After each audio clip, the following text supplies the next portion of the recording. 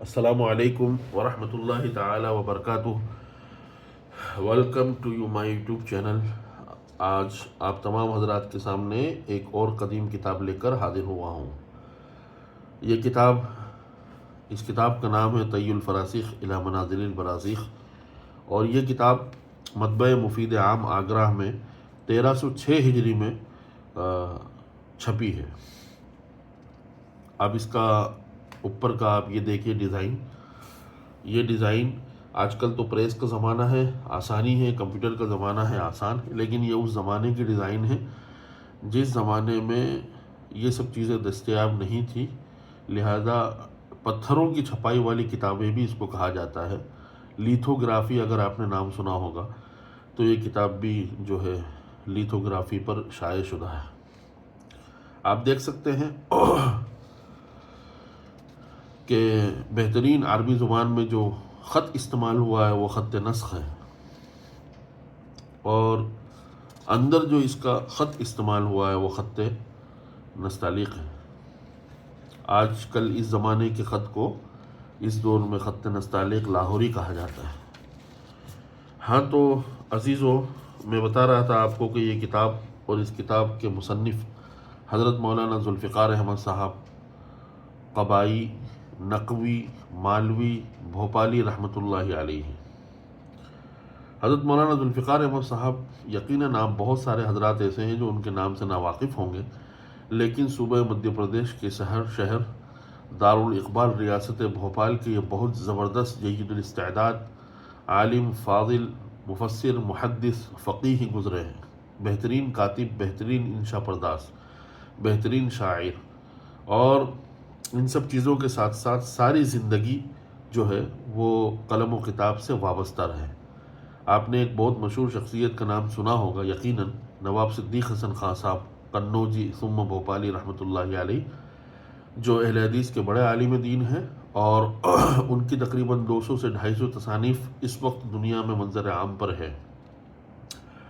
لیکن یہ عجیب ایک نکتہ ہے تاریخ میں کہ نواب صدیق حسن خان صاحب رحمۃ اللہ علیہ کی بہت ساری کتابیں جو عربی میں لکھی گئیں، اس کا ترجمہ اگر اردو میں ہوا ہے تو وہ مولانا ذوالفقار احمد مالوی نے کیا ہے، جو اس کتاب کے مصنف تھے، یا اگر اردو میں لکھی ہے وہ کتاب تو اس کا عربی ترجمہ جو کیا ہے وہ مولانا ذوالفقار احمد صاحب مالوی نے کیا ہے۔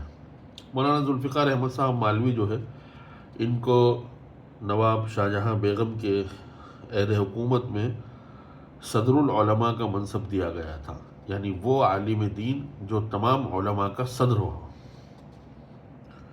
حضرت مولانا ذوالفقار احمد صاحب رحمۃ اللہ علیہ کی سوانح بہت دلچسپ ہیں، انشاءاللہ پھر کبھی موقع رہے گا تو ضرور ہم آپ کے سامنے اس کو واضح کریں گے۔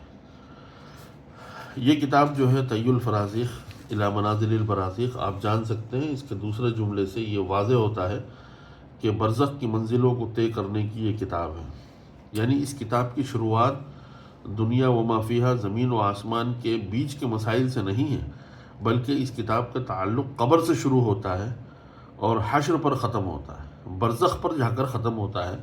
اور انہوں نے قرآن مجید سے، احادیث پاک سے، اور اس کے بعد جو ہے مختلف واقعات جو ہے جو صحیح سند کے ساتھ مذکور ہے، ان تمام واقعات کو اس کتاب میں جمع کیا ہے۔ آپ دیکھیے پہلا صفحہ اس کا ہے۔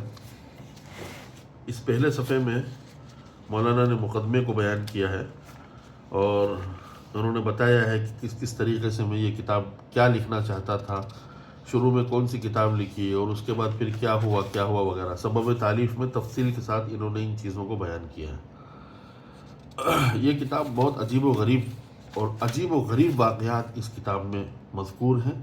یہ کتاب دنیا سے نایاب ہو چکی ہے، ناپید ہو چکی ہے، کسی طریقے سے 6-7 ماہ پہلے ہمارے کتب خانے میں یہ ایک نسخہ پہنچا ہے۔ آپ حضرات کے سامنے میں بتاتا ہوں کہ یہ جو ہے یہ کچھ اشعار ہے کتاب سے متعلق، اس کے بعد فہرست ابواب و فصول و وصول، کتنے ابواب انہوں نے ذکر کیے ہیں، ہر باب کے اندر کتنی فصلیں ہیں، اور اس فصل کی وصل کیا ہے، یعنی اس فصل سے متعلق اگر کوئی چیز ہے تو بھی مولانا ذوالفقار احمد صاحب رحمۃ اللہ علیہ نے اس کو ذکر کیا ہے، اور اس وصل کے بعد فوائد کو ذکر کیا ہے۔ یہ جتنے فا آپ دیکھ رہے ہیں یہ تمام کے تمام فوائد سے متعلق ہے۔ یہ کتاب تقریباً 1000 صفحات میں موجود ہے، اور حیرت ہوتی ہے کہ 150 سال گزر جانے کے باوجود الحمدللہ ثم الحمدللہ یہ کتاب طبع اول اصل شکل میں موجود ہے، مکمل الف سے لے کر یا تک الحمدللہ ہمارے کتب خانے میں موجود ہے۔ آپ دیکھ سکتے ہیں جگہ جگہ اس طریقے کا حاشیہ بھی لگا ہے۔ اور مولانا ذوالفقار احمد صاحب رحمۃ اللہ علیہ نے ایک بہت زبردست کام یہ کیا ہے کہ اس کتاب میں جتنی روایات انہوں نے جمع کی ہیں، چونکہ اس زمانے میں نیٹ یا انٹرنیٹ نہیں ہوا کرتا تھا، یا مکتبہ شاملہ نہیں تھا کہ کسی راوی کو ڈھونڈنا ہو، یا یہ کہ کسی صحابی سے متعلق کوئی بات، کوئی امر درکار ہو تو آپ فوراً جو ہے اس کے اوپر بیٹھ کر ٹائپ کر کے اس کو نکال لیں۔ یہ وہ زمانہ تھا کہ جس زمانے میں لوگ جو ہے اگر ان کے پاس کوئی علم آنے کا کوئی راستہ تھا تو وہ صرف قلم اور کتاب تھا۔ الحمدللہ آپ دیکھ سکتے ہیں 150 سال گزر جانے کے باوجود اس کتاب کی تر و تازگی دیکھیے، آپ محسوس کیجیے، اس کے ورق ورق میں ایک ذائقہ محسوس ہوتا ہے، ایک ایسی چیز محسوس ہوتی ہے کہ گویا ہم اس دور میں جی رہے ہیں جو دور مسلمانوں کی عظمت رفتہ کا دور ہم اس کو کہہ سکتے ہیں۔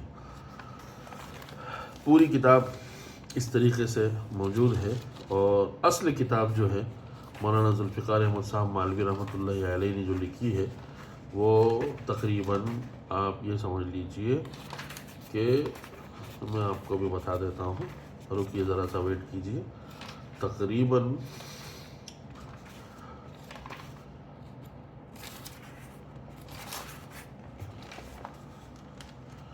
596 صفحے میں یہ کتاب مکمل ہے۔ یہ کتاب اصل کتاب لکھنے کے بعد پھر ان کو محسوس ہوا کہ یار کوئی اور چیز اس میں بڑھانا چاہیے، تو انہوں نے لکھا امداد الحی باصلاح الطی۔ کیا عجیب نام ہے، یعنی طی الفراسخ کی اصلاح کے لیے اللہ تبارک و تعالیٰ سے مدد۔ انہوں نے لکھا ہے کہ اما بعد، اللہ تعالیٰ کی تائید کو دیکھنا چاہیے کہ جس وقت شرح الصدور کے ترجمے کا قصد ہوا تو خاکسار کے پاس ایک قلمی نسخہ تھا نہایت غلط، غیب سے ایک اور قلمی نسخے کا پتہ ملا، گو وہ غلط تھا مگر بہت کام کا نکلا۔ جب ترجمہ ہو کر تیار ہوا، نوبت کاپی نویسی کی پہنچی تو مولوی عبدالعلی صاحب مدراسی دامہ مجدہ نے لکھنؤ سے 2 قلمی نسخے اور بھیجے، ان سے بہت کچھ تائید ہوئی۔ جب کتاب طبع ہو کر تیار ہوئی اور صحت نامے کی نوبت لکھنے کی پہنچی تو ایک نسخہ اتفاقاً مطبوعہ لاہور کا ہاتھ آیا، اگرچہ غلط ہے مگر جی میں آیا کہ طی الفراسخ میں جو احادیث و آثار کے شرح و صدور کی ہیں ان کا مقابلہ کر لیا جائے۔ تو آپ نے ان کا مقابلہ کر کے ایک اور نئی تصنیف اس کتاب میں شامل کی جس کا نام امداد الحی باصلاح الطی رکھا۔ پھر اس کے بعد دیکھیے آپ کہ اس زمانے میں کریکشن نہیں ہوتا تھا کہ آپ کسی کو کاپی پیسٹ کر کے ہٹا دو، آپ جو ہے اس کو ریموو کر لو، آپ کچھ کر لو، تو کتاب پوری چھپ جانے کے بعد حرفاً حرفاً اس کو دیکھا جاتا تھا اور اس کے بعد کتاب کی اصلاح کر دی جاتی تھی۔ فصل صحت نامہ کتاب، یعنی اس کتاب کے اندر اگر کہیں کاتب سے خطا واقع ہوئی ہے، کوئی غلطی ہو گئی ہے تو اس کو حرفاً حرفاً دیکھ کر اس کو لکھ لیا جاتا تھا۔ تو آپ دیکھیے صفحہ نمبر، سطر نمبر کون سی ہے، خطا یعنی کیا غلط لکھ دیا، صواب یعنی صحیح کیا ہے۔ تو اس طریقے سے پوری اس کتاب کی صحت نامہ انہوں نے تیار کیا ہے، آپ دیکھیں گے۔ پھر اس کے بعد صحت نامہ بھی تیار ہو گیا، مولانا نے یہ 2 کام کیے۔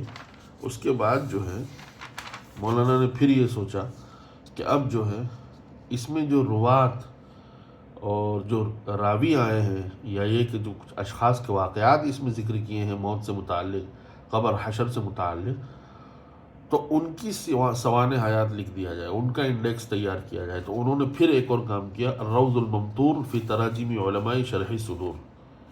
آپ دیکھ سکتے ہیں 1306 میں یہ کام ہوا، 1307 میں یہ کام ہوا۔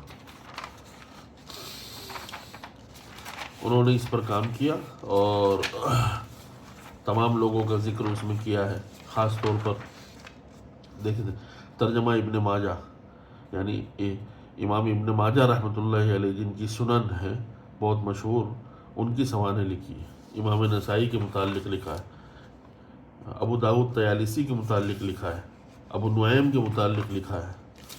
اس طریقے سے وہ سوانح ان کی مختصراً لکھتے گئے. اچھا، جو مفسرین اس میں ذکر ہوئے ہیں ان کا بھی ذکر ابن جریر صاحب تفسیر کبیر کی، حکیم ترمذی مصنف عبد الرزاق کے جو تھے ان کے متعلق لکھا ہے. اچھا، یہ وہ زمانہ ہے کہ جس زمانے میں کتابیں دستیاب نہیں ہوتی تھی، لیکن نواب صدیق حسن خان صاحب رحمۃ اللہ علیہ کی کوششوں سے بہت کتابیں بھوپال میں جمع ہوئی. ان سب کے بیچ میں جو ہے انہوں نے اپنا خود کا بھی تعارف لکھا ہے، نواب صاحب کا بھی تعارف لکھا ہے، اس لیے کہ نواب صدیق حسن خان صاحب کے ساتھ ان کی زندگی کے تقریباً 40 سال گزرے. تو جس طریقے سے انہوں نے خود کو دیکھا ہے، اسی طریقے سے نواب صدیق حسن خان صاحب کو بھی دیکھا ہے. تو میں یہ سمجھتا ہوں کہ نواب صدیق حسن خان صاحب رحمۃ اللہ علیہ کے تعارف میں اس سے زبردست اور کوئی بات نہیں ہو سکتی، کوئی کتاب نہیں ہو سکتی. اچھا، دوسرا یہ کہ عجیب ان کا کام تھا کہ انہوں نے جو سوانح تیار کی ہے لوگوں کی، وہ بہت زبردست اور باحوالہ کتاب ابن سینا رحمۃ اللہ علیہ. آپ دیکھیے، آپ دیکھ سکتے ہیں مریسی، جزولی، بلخی، ہے نا. آپ دیکھ سکتے ہیں ترجمہ حیائی ابن المنیر، ابو الفضل عراقی، ملا علی قاری. اس زمانے میں علی قاری سے ان کو کہا جاتا تھا، آج ہم ملا علی قاری ان کو کہتے ہیں. صاحب مجمع البحار، ان کا بھی انہوں نے پورا تعارف لکھا ہے. شیخ صدر الدین قونوی، حضرت سلطان الاولیاء نظام الدین. اب دیکھیے، فصل بیان میں بعض تراجم علماء دہلی شریف کی جن کا ذکر طی الفرازیق میں آ گیا ہے. ترجمہ حضرت شاہ ولی اللہ محدث دہلوی رحمۃ اللہ علیہ، صاحب انفاس العارفین. کیا عجیب، جس ذوق اور شوق کے ساتھ انہوں نے حضرت شاہ ولی اللہ محدث دہلوی رحمۃ اللہ علیہ کے خاندان کا ذکر کیا ہے. اللہ اکبر، اللہ اکبر. خاص طور پر حضرت شاہ عبدالعزیز محدث دہلوی رحمۃ اللہ علیہ کا آپ دیکھ سکتے ہیں. ترجمہ حضرت شاہ عبدالعزیز قدس اللہ سرہ، صاحب فتح العزیز و بستان المحدثین. کیا لکھا ہے آپ دیکھیے.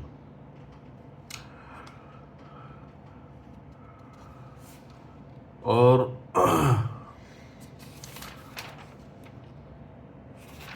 ایک اور چیز میں آپ کو بتانا بھول گیا،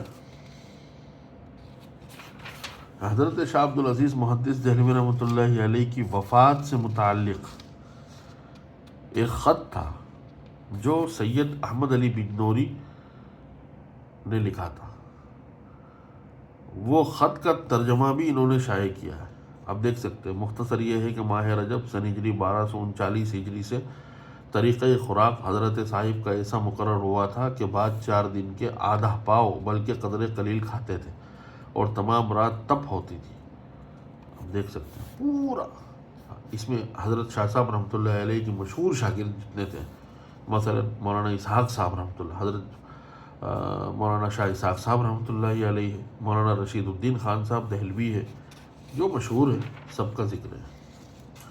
حکایت ہے، یعنی اس میں انتقال کے موقع پر اگر کوئی چیزیں واقع ہوئی تو وہ بھی لکھی. حکایت: ایک لونڈی حضرت مولانا صاحب رحمۃ اللہ علیہ کی حالت نظام میں آیت شریفہ فادخلی فی عبادی وادخلی جنتی پڑھنے لگی. حاضرین کو تعجب ہوا اور اس کنیز سے اس آیت کے پڑھنے کا باعث پوچھا. اس نے ہاتھ اٹھا کر بتایا کہ مجھ کو یہ 2 آدمی پڑھاتے ہیں. 2 آدمی سے مراد فرشتے. مولانا صاحب کو اس بات کی اطلاع کی. آپ نے فرمایا کہ اس کنیز سے کہو کہ ان پڑھانے والوں سے جو واقع میں فرشتے ہیں دریافت کرے کہ کس عمل کے باعث سے خداوند تعالیٰ نے اس کو بہشت عطا فرمائی. چنانچہ بعد استفسار